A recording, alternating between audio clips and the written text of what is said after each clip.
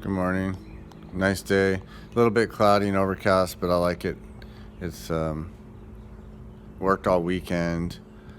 Oh, all the birds are out right now. It's kind of nice. I like it when they're out. Really busy today. I think they were kind of hunkered down because it was really windy the last couple of days. I don't think they like it when it's really windy. I don't like it when it's windy. I don't know. There's a lot of stuff going on. There's just so much stuff going on. I had a lot of thoughts about, ideas for topics, and I this morning just kind of made some notes when I woke up, and that's kind of my clear time of the day when I feel like the most clarity and stuff. So I'm gonna just kind of read off some of the stuff I kind of came up with this morning, but just a lot of things happening right now. Stuff we'll get into in a minute here.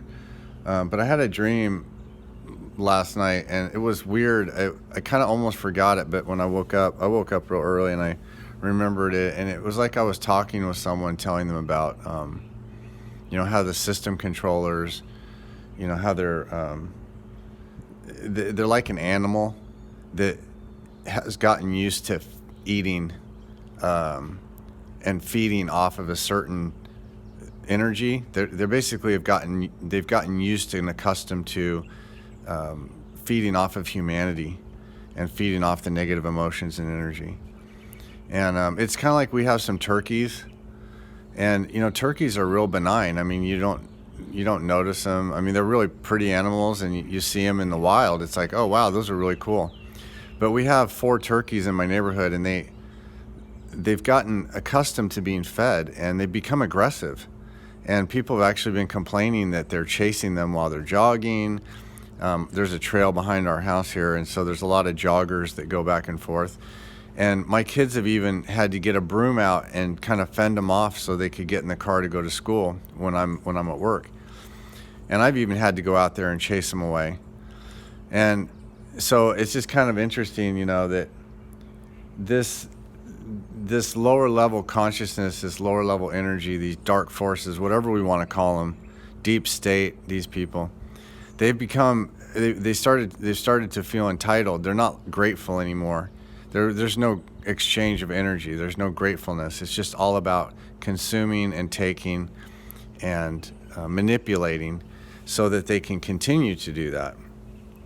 And I wrote down they need the nutrition of fear, hate, lust, negative emotions, and those are the fuel, because they don't have a connection to source, to godly energy. They're completely cut off. They cut themselves off, and they chose this path. And see, there's consequences. When you choose a path, there's consequences. It's oftentimes I'll talk to people at the hospital, and they're sick, and they've smoked their whole life, and they're in stage COPD, they can't breathe.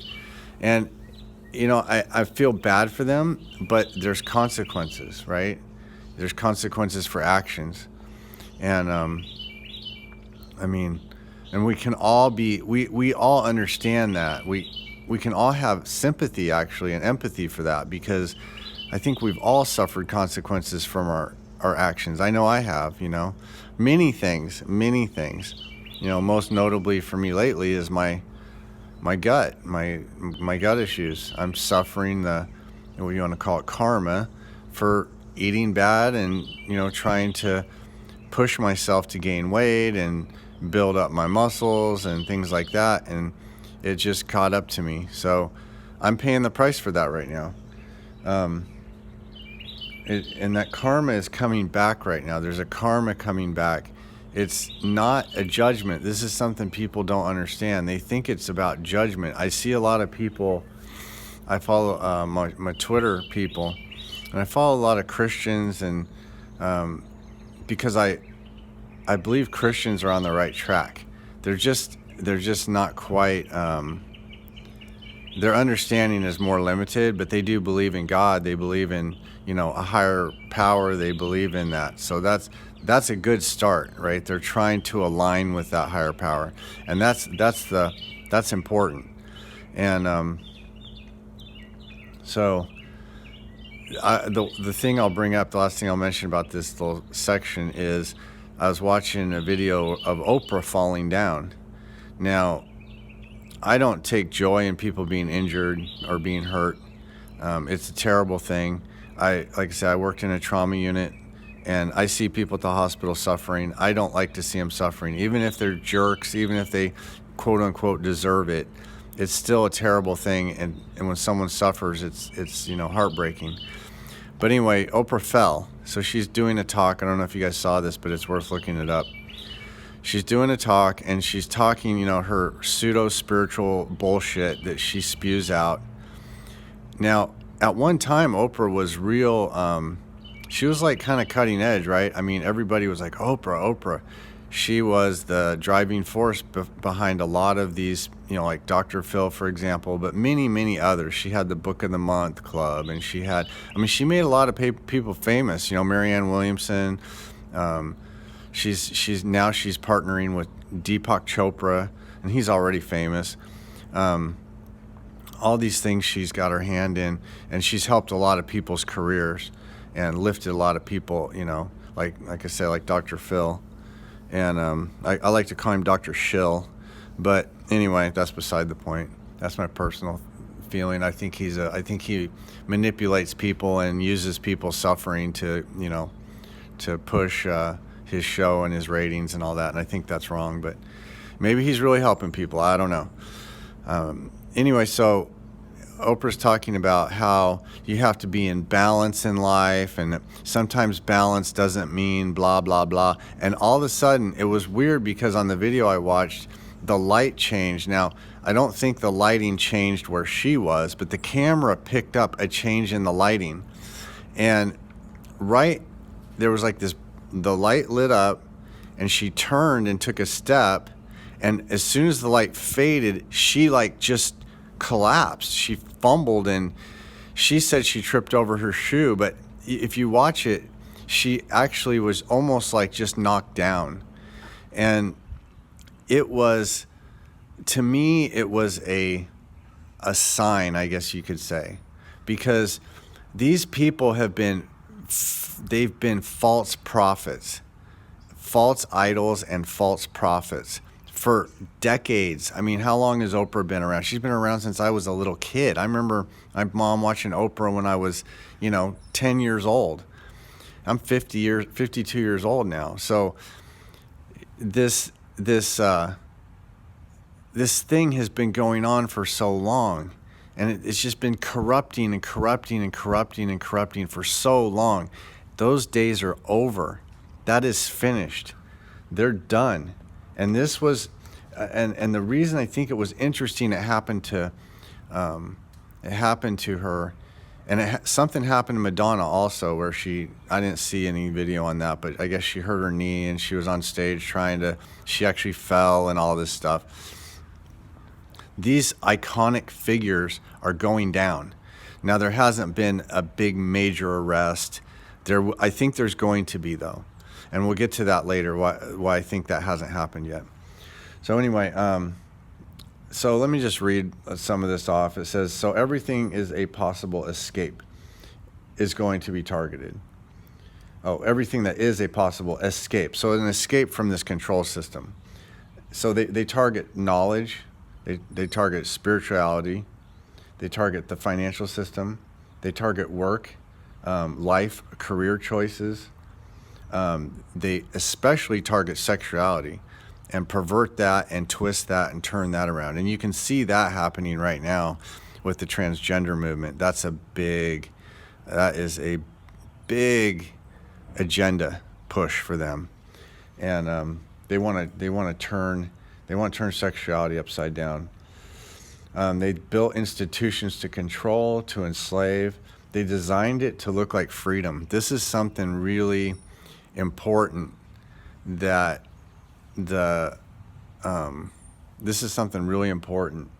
They designed it to look like freedom, and they've conditioned people to believe they're free when they're actually in their own prison. They created a prison. We're in the prison, and so you say, well, how do you get out of the prison? What do you do to get out? Well, that's the system, whether you follow Sahaj Marg or whether you follow another true spiritual system, the Sahaj Marg prayer, if you follow that, that will teach you how to get out of this prison system.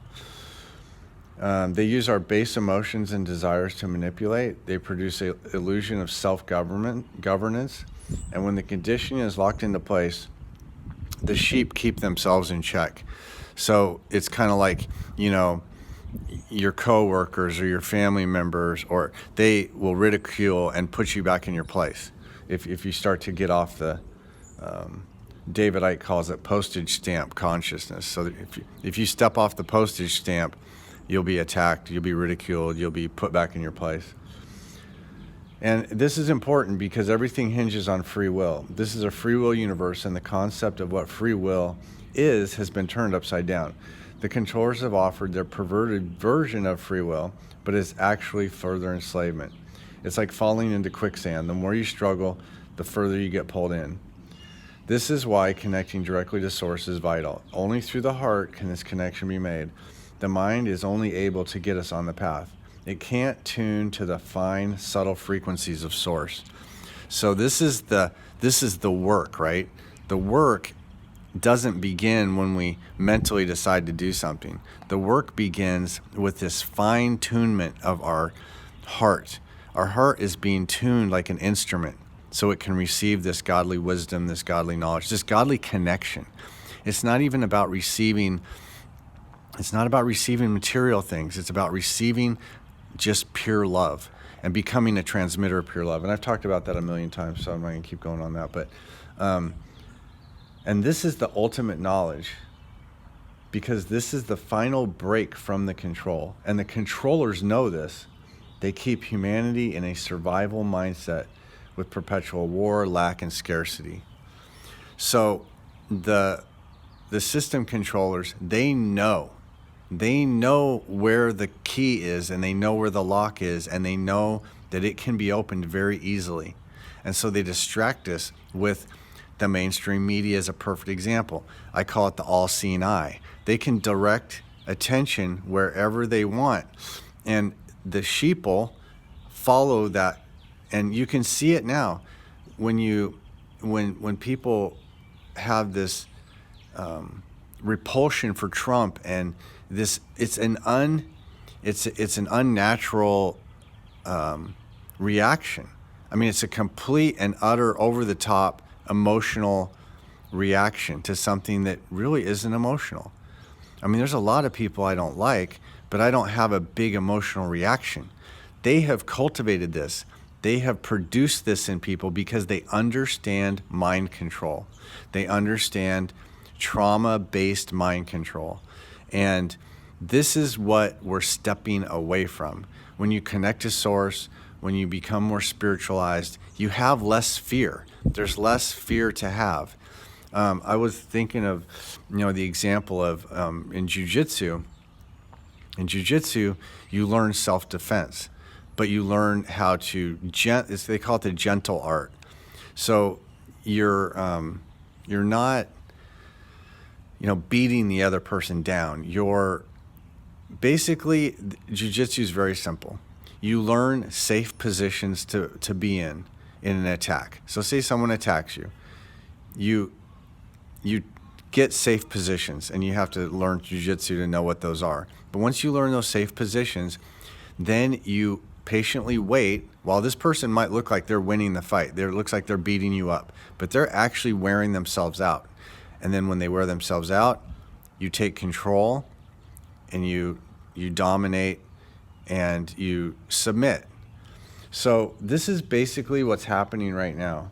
The system controllers have been attacking us and attacking and attacking and attacking.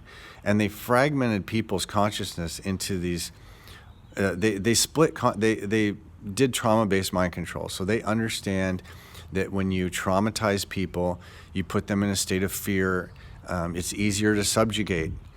Well, and make it look like they have free will. Because what are you going to do, I mean, are you going to jump out of the window, or are you going to stay in the burning fire? I mean, either way you're screwed, right? But it still looks like free will to someone. Someone might still be able to say, well, but he chose to jump out of that window. Yeah, because he was on fire. So it's kind of like that. That's what they've done. They've created this no-win situation. And I mean, how many of you have felt like that? This feeling that you can't win no matter what. Well, that's because that's the design. It's been designed like that on purpose. Yeah, so anyway, so we have to stop seeking validation through these enslavement institutions. It's a tremendous waste of energy. And, you know, I was a long time ago, this was 20 years ago maybe, I was in Idaho, and my friend, he was really into the TM movement, really into Maharishi stuff, and he invited me to a talk that Maharishi was doing. It was like Maharishi wasn't there, but they were broadcasting it from where Maharishi was. So it was a live talk. And, you know, all these years, Maharishi had the TM movement has sought validation through the scientific method, okay? They did a lot of research. They did a lot of studies. They compiled a lot of data. And all this data proved, in their minds, quote unquote, proved, because it's subjective, right? That TM works. TM decreased violence, TM decreases aggression, all these things. But nobody gave a shit, okay? No one cared. Nobody could care less. They would try to present this stuff and people would be like, who cares? Nobody cares about that, right? So this is Maharishi when he's an old man, right? He died not too much longer after. Basically telling the movement that what we did didn't work. Nobody cared. So basically, throw it out the window. We have to do what we do, and we have to do it for the right reason, not to try to validate ourselves all the time. They're trying to validate themselves on the relative level, okay? And it's ironic because the movement, one of the teachings of Maharishi was self-referral consciousness. So what self-referral consciousness means is instead of referring to the outside, the relative for your feedback, you refer to consciousness itself, God, source, higher self, whatever you want to call it, self-referral consciousness, a big self. And it's so interesting that after all that work and all that time, it was almost like he threw in the towel and said, you know what, this isn't going to work. They don't get it. They don't want to get it. So to me, it's an individual thing. The individual has to unlock this door. We're all in our own individual little cell, and we have to figure out how to unlock ourselves. We can't help anyone else until we unlock ourselves. And anyway, that's about it. Thought it was kind of interesting. One more thing I'll say is, I said our personal experience is king. Real self-awareness is not dependent on an outside source of validation. It all comes from direct knowing and direct connection. This is the field or garden to cultivate. So we have to cultivate this subtlety, this connection to this subtle energy. It's just so subtle. If we get our mind involved, the mind starts to doubt. The mind starts to say, I don't know, that sounds fishy. I don't know, that sounds woo-woo. That sounds, it sounds too far out there, right? So it's better not to involve the mind too much. Use the mind to get things going. It's kind of a vehicle. The mind is the vehicle, like your car. Your car doesn't need to know the destination. It just needs to take you. It just needs to go, start the car, run the controls, dial in the radio station, turn the heat on and off and get the seat comfortable. That's all the mind needs to do. After that, autopilot. Just let it go on autopilot. And that's what surrender is. And that's kind of the last thing I want to talk about was surrender is when you get to that point of trust where you say, okay, my mind can only get me so far. I'm going to have to let go of that and go to a higher level. And that godly energy, the masters, the guides, the angels, whatever you want to call them, whatever makes you feel good, higher self, consciousness, it's going to give us so much support. So much support. It's kind of like those people that fall over backwards and everybody catches them. Well, that's going to be the kind of support we get, except a billion, million, bazillion times more. All right. Hope you have a good day.